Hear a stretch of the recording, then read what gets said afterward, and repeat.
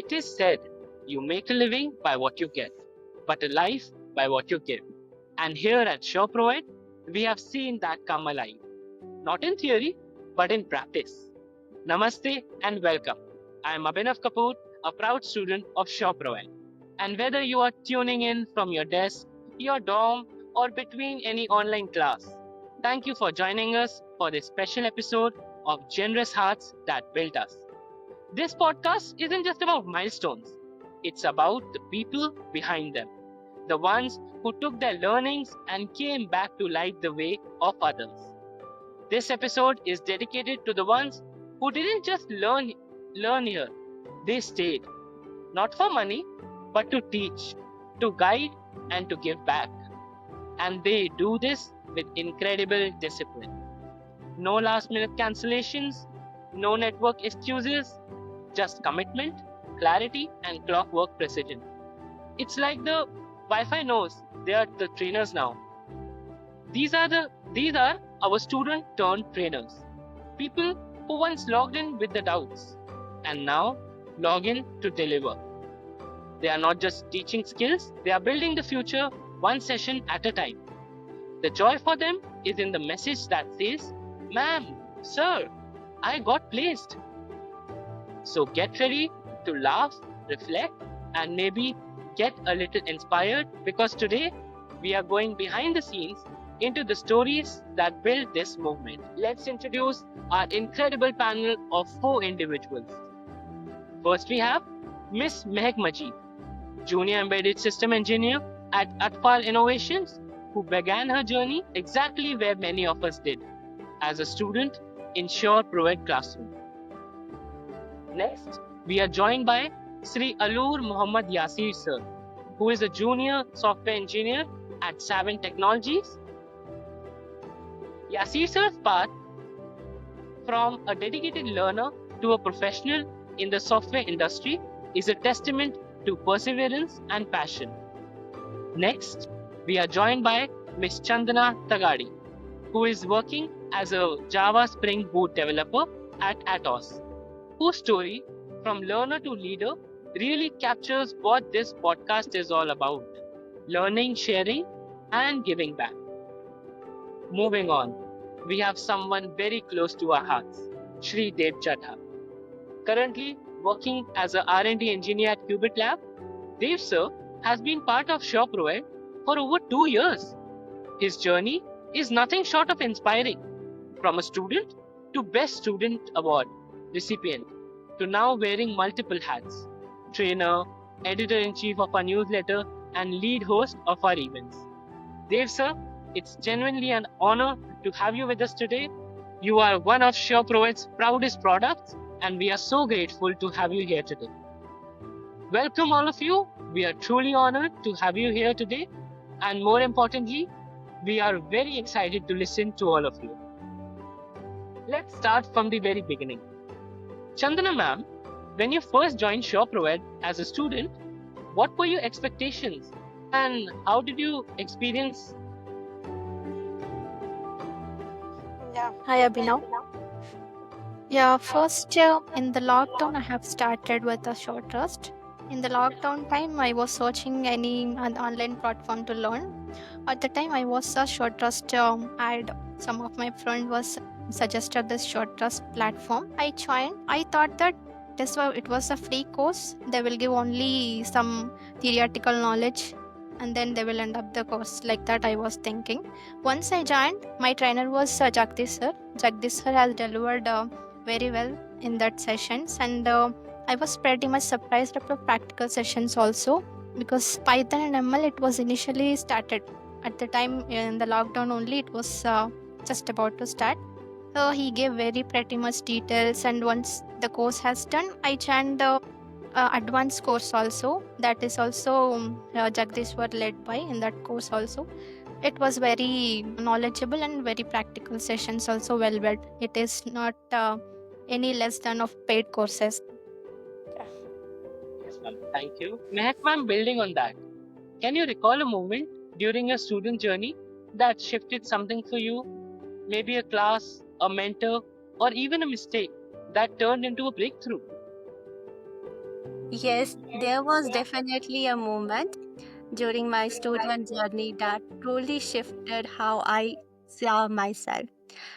While I was getting trained at Sure ProEd, like my mentor would often say things like, "Can you explain this topic to the group?"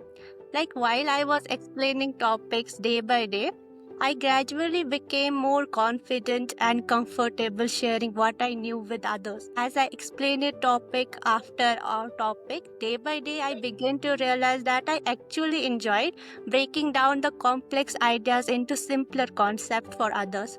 I became more confident not only in my knowledge but also in my ability to communicate and lead the discussions.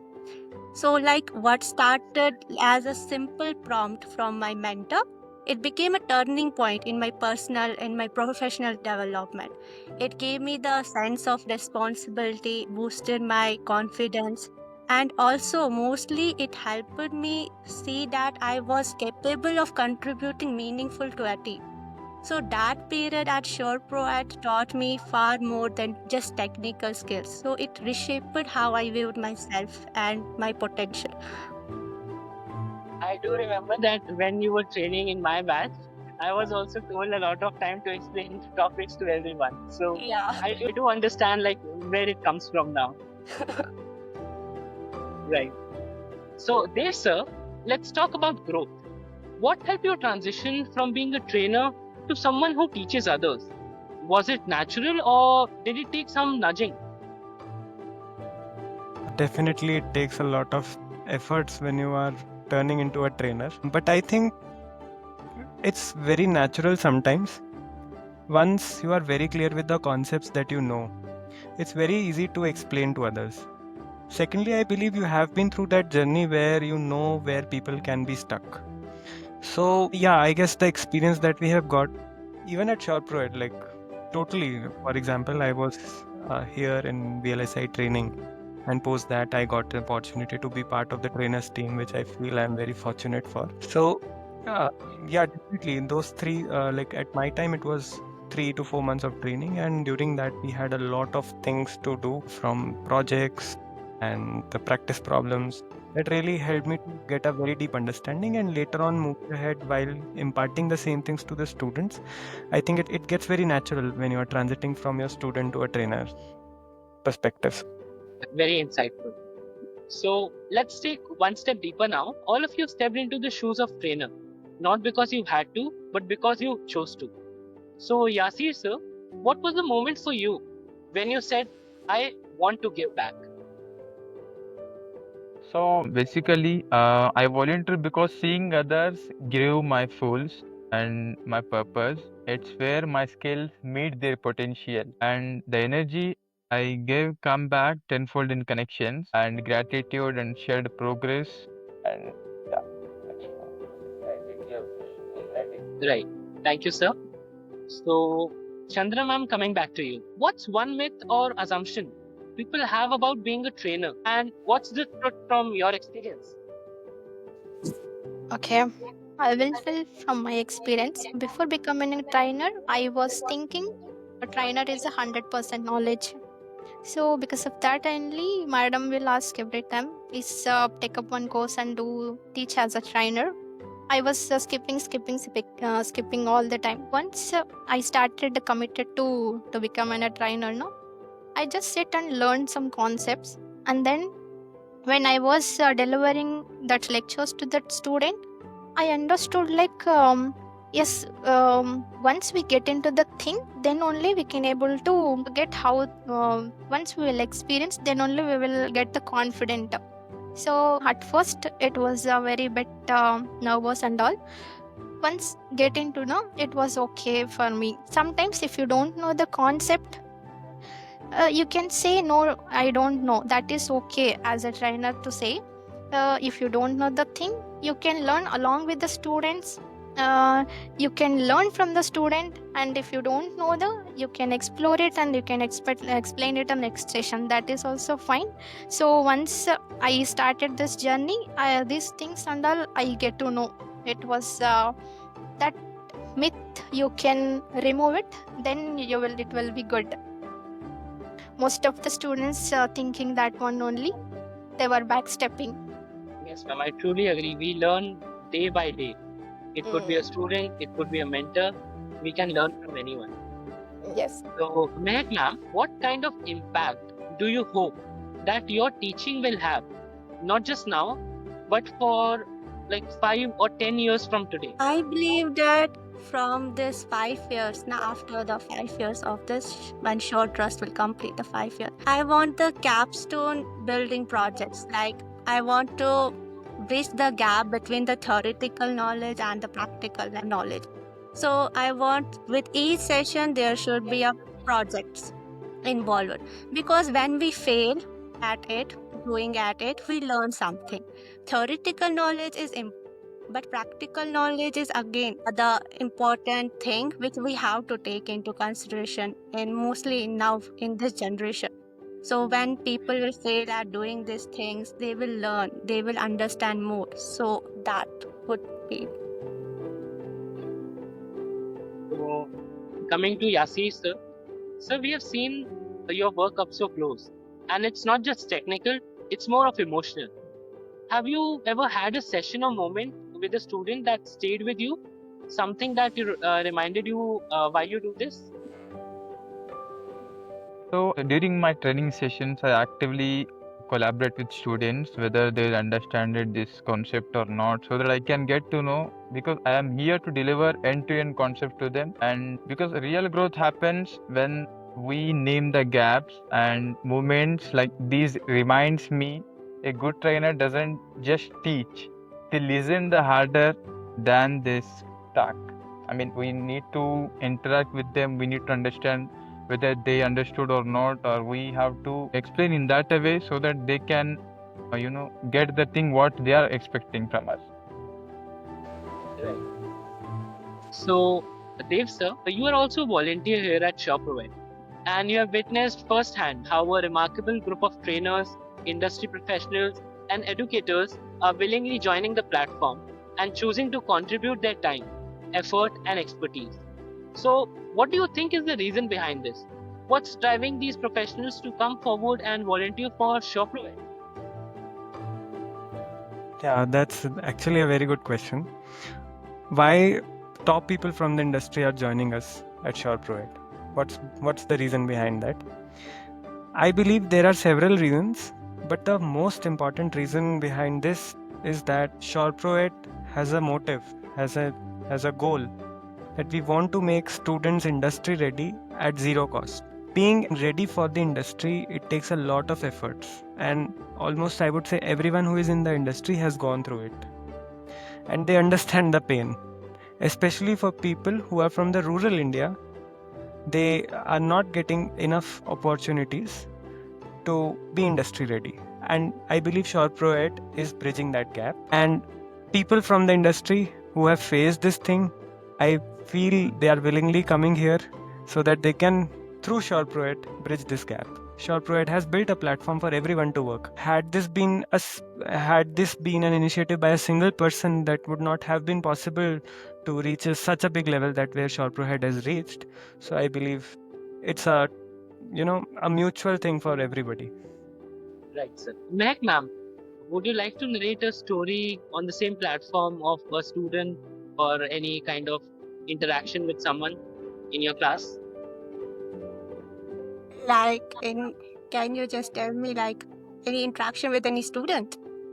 Yes, like any story that you want to narrate of your teaching experience. Yeah, like there are many stories. Like the one that is coming to my mind, like I have trained many students. So one student just completed 4 months of the training and texted me, "Ma'am, thank you so much." I'm like, "Okay, for what?" And he's like, "Ma'am, I got placement." Oh, like, okay, that's good. So I was happy, like someone got placement. After he completed 2 months of the journey as an intern, again texted me, "Ma'am, again I got placed in another company. I got other placements." So that motivated me to teach further, because I thought like, okay, I am teaching, someone is getting benefited, they are learning, they are getting placed. So that moment is always with me. Right. A very inspiring story, though. So, Chandana ma'am, coming back to you. So, you are aware that SureProvide recently completed its 5 years, and that's a very long time. Like, that's a half decade of stories. So, what does that milestone mean to you personally? First of all, congratulations to the short trust 5 years completion. I'm so very happy for this one because I was also part of this milestone journey. It means a lot to me because I started journey as a student. Now I become a trainer. I learned a lot, and because of this training, once I become a trainer, I overcome my comfort zones and all. And I was very stage fear. That one also I was overcome. My personal communication and interaction with the peoples. This means a lot of things has changed. So these are all helped in my professional career also. So that one very mean to me. Right now, Dev sir, you are someone who values structure, precision, and doing things the right way. You have poured your efforts, energy, and heart into SureProvide, and that reflects in every detail. So, what is your vision or plan for SureProvide? Is there something new you are planning to introduce that we should be excited about? Okay, so I'm not sure if I should disclose everything here. Maybe something should be kept as a surprise. But yeah, definitely I can talk of my vision for ShopRoad. You were just talking about that we are half a decade here and we are just half a decade away from a decade. So I have 2 to 3 visions which I see we can definitely achieve in the coming year, maybe before our 6th anniversary. First is, why don't we have, companies, the corporates coming to ShopRoad to hire the talent directly? They have their campus placements, right? Why not it becomes placements through ShopRoad?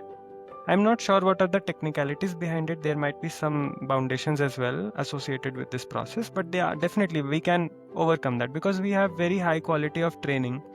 People from the industry are directly coming here. They are training our students with the industry relevant things. They are ready to be hired. SureProEd's discipline has definitely filtered out the students and we have the best pool of students. So I believe that's definitely achievable in one next coming year. Second, the vision that is very close to my heart is that we should be able to incubate our first startup from SureProEd. We have people from every domain. We have people from software, we have people from hardware, we have people from, I guess we have digital marketing as well, if I'm not wrong. That is correct. Yeah. We have, I might be falling short of words here, but we have any course that you think in the industry that is Gen required. AI, we have VLSI, we have every domain that is there on the planet now. Yeah, sure. I believe that won't be an understatement. Definitely, we have this capability. We have 6 months of intensive training. We are filtering out students. We are getting the best out of all. We can definitely build a product.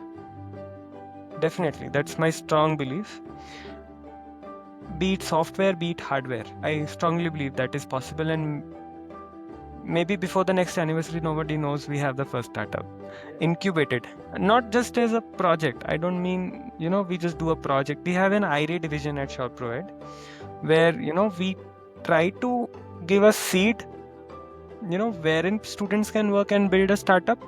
But yeah, we are not full-fledgedly working in a direction wherein we can turn that project into a product. Maybe that can be bridged and we can definitely do something great out of it. So yeah, that's very close to my heart. I would really say if I get a chance, I would definitely love to devote myself for that as well. Definitely, sir. Hoping for the same. And I would also be very happy to join this kind of opportunity. So now I have an open-ended question. So any of you can answer. So if you had the power to redesign education or training for the next generation, so as trainers, what's one thing that you would like to change and modify?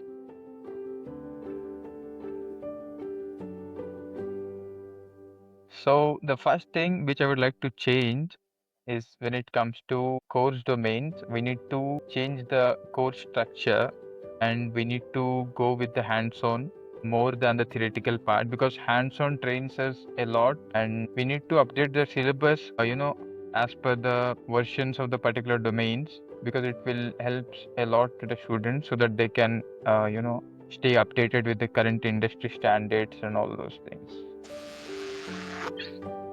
Any other trainer who wants to put in their thoughts? I would just add one thing. Just implement Shore ProEd model everywhere and things will get better. So definitely whatever we are following at Shore ProEd, we are just giving 1 hour class daily with strong discipline. I guess that's something which is very important. If student is paying attention to whatever he is being imparted, I think things will definitely get better. Yeah, because at Shore ProEd we teach concepts through projects rather than just the theory. So that model is very important right now to adopt. Chandana ma'am, your inputs? Mm, I'll agree with all Mahek and Mohammed Dev. I just want one thing to add. These technical, practical things and all okay, but communication also very important. Maybe because of what we are giving LSD sessions in the training sessions itself, we are taking for some volunteers, giving presentations. Maybe these things will help them to at IT industry. That will help.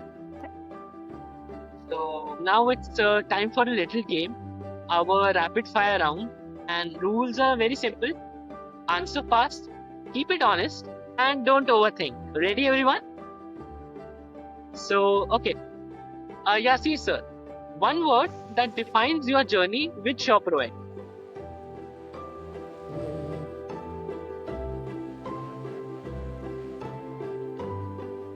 Not getting in Be my quick, sir. what that defines generation trust. A trainer to volunteer, Trainer a to student to volunteer. a mentor. Chandana ma'am, you, same question. One word that defines your journey with Shore ProEd. It's empowering. Empowering. There, sir. If you had to write a book about your teaching style, what would the title be? Okay, what would the title be? Okay, so I don't think I'll give it a rapid fire. I'll say 2-3 sentences. Sure. So whenever I teach, I make sure I ask everyone in the class, did you get it? So I would title my book as Did You Get It? Good one. Mehak ma'am, this one to you. Funniest thing that ever happened during a session. I think so many. So one of the funniest thing that happened in the class was that once I was explaining the pin diagram of microcontroller and I asked the students, okay, this section is having only 7 pins, not 8 pins. Where is the other pin? And one student seriously told me the answer, ma'am. Maybe it is not on your PPT. I do remember this one also. This was in my own class. So, Chandana ma'am, what's a hidden talent that no one in Shore ProEd knows about you? Okay, it's technical or rather Anyways, your personal talent, anything like singing or anything that no it's one a knows. singing. Nice one. Dave sir, your secret superpower while teaching. Okay, patience. Questions. So, thank you to our amazing panel. You didn't just share answers, you shared your journey. And that means the world to us. You all are the reason this podcast exists. Real voices that build something far bigger than themselves. So, viewers, as we close today's episode, we hope you didn't just hear a story. We hope you felt it too. Because behind every skill shared, every late night effort, every small victory, there was a generous heart that made it all possible. To every volunteer who believed when no one else did, to every mentor who gave more than just time, to every learner who chose hope over doubt, Thank you. You are the heartbeat of this journey. Thank you again for joining us in Generous Hearts That Built Us. If this story inspired you, definitely pass it forward. Like, share, and subscribe to Sure ProEd's YouTube channel to hear more voices that are changing the world one story at a time. And remember always, learn, lead, and lift others the Sure ProEd way. Thank you, everyone.